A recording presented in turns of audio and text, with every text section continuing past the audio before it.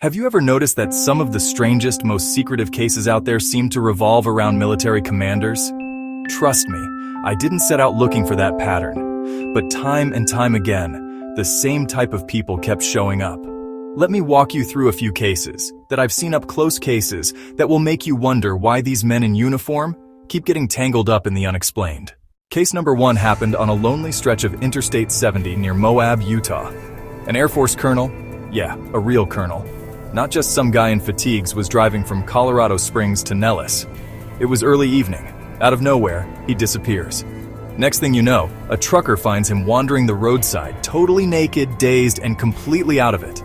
The trucker gets him to a local hospital in Moab. Here's where it gets weird. I personally spoke with the nurse who treated him. The colonel was clearly traumatized, barely making sense. He made one quick phone call, and within hours, a swarm of Air Force personnel showed up. Not only did they whisk him away, but they took every single hospital record with them. Even his car was a mystery. It turned up way off the highway, in a spot no normal vehicle could reach.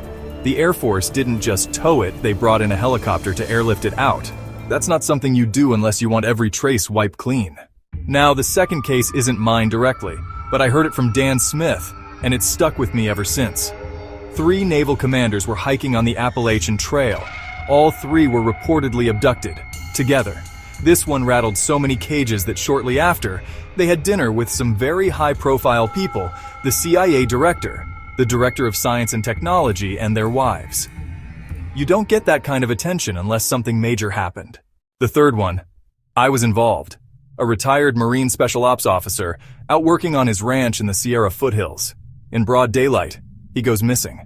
When they find him, he's naked, hundreds of yards from his house, huddled up and barely coherent. The first thing out of his mouth? He points to the sky and says, "Did you see that?" He got checked out at the hospital, called his old boss in Washington, and by the next day he was gone, on a flight back east. So what's the deal? Why do high-level military officers keep ending up at the center of these bizarre events? Is it just coincidence? Or is there something or someone out there with a very specific interest in people who know our country's secrets? That's the pattern I keep seeing, and every time it happens, the answers seem to vanish just as fast as the victims themselves. What do you think's really going on? Let me know in the comments.